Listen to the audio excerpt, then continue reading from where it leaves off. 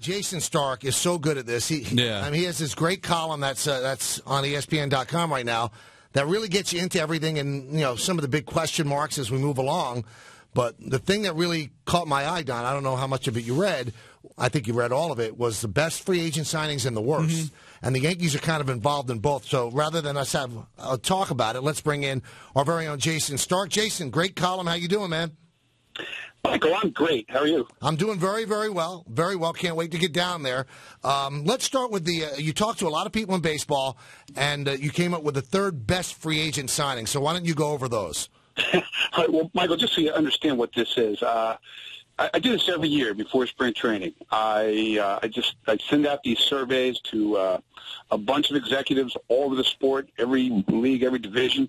And this year, 23 executives participated. So this was their vote, their choices. It wasn't my choice. Right. But they rated Brian McCann as the very best free agent signing in baseball. That he signed early. It was easy to forget that Brian, the impact of a player like Brian McCann signing for under $100 million for 5 years, but he got a ton of votes. He was a runaway winner in this poll as the best signing, which I found really interesting. And when he signed, I mean, some people said, well, that's a lot of money to give him, but he's such a leader, and with that swing at Yankee Stadium, he could have a lot of home runs for them, so I could see what they're thinking. Yeah, exactly. Now, look, I think there are questions about Brian McCann, especially how long he's going to catch. But this guy's a really good player with the personality to fit right into a great team. That's all he's done is play for teams that won. He knows that drill. I'm kind of curious about the Tim Hudson being number 2. Were you? I guess it was ex-Brave week, right?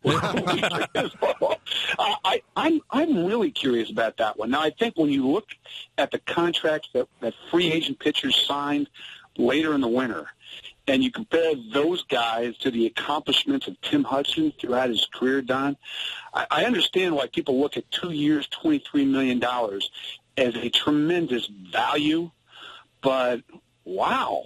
I mean, we're talking about a guy who's in his upper 30s, who is coming off a really serious injury. I know it wasn't an arm injury, and really, for most of last season, looked like a pitcher whose stuff had declined to the point where you wondered how much he had left.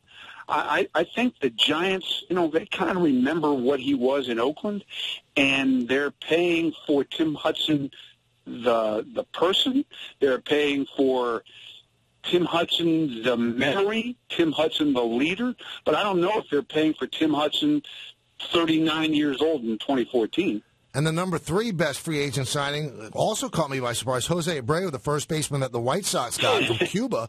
I mean, how do we even know what he's going to translate to in the big leagues? Yeah, it surprised me too. There's a lot of buzz about Jose Abreu. I talked to a couple of scouts and assistant GMs who had scouted him personally, and they think he is going to be the real deal, a big-time power bat in a great hitter's park. But you're right. It's hard to believe that was the third best signing of the winter when we've never seen him play a game in the United States of America, right? He better be the real thing. Now, from a Mets perspective, how does Major League Baseball look at the Cologne and the Granderson deals? Did any of the executives have that near the top, for good or bad? Well, that's another part of this thing that's really interesting, Don, is that every year I have players who show up in the best free agent signings and on the worst free agent signing list. This year I had 11 of those guys, and Cologne and Granderson were on both lists.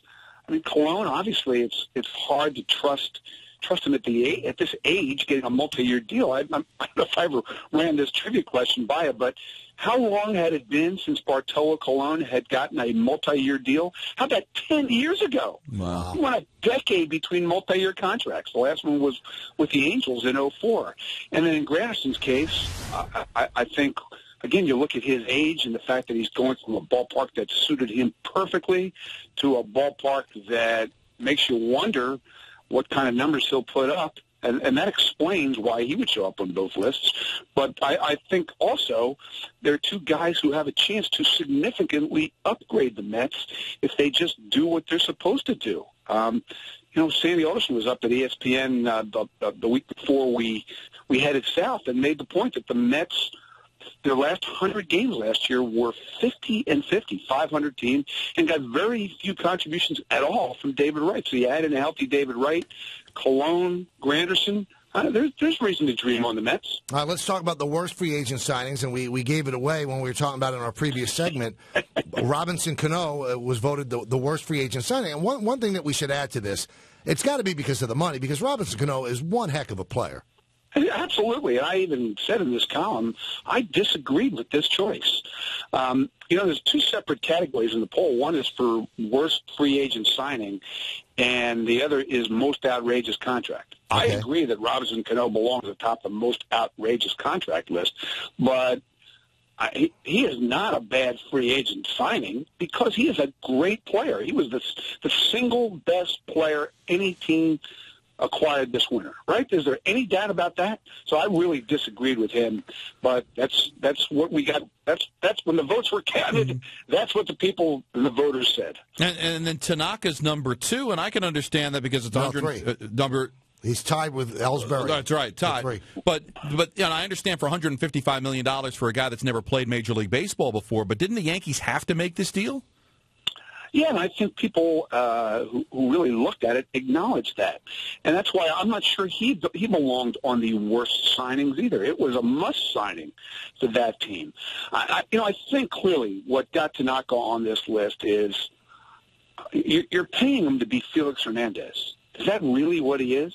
I don't think people expect him to be that. I mean, this is the kind of money you pay multiple Cy Young Award winners. Now, look, Brian Cashman's out there saying they'd like him to be a number 3 starter.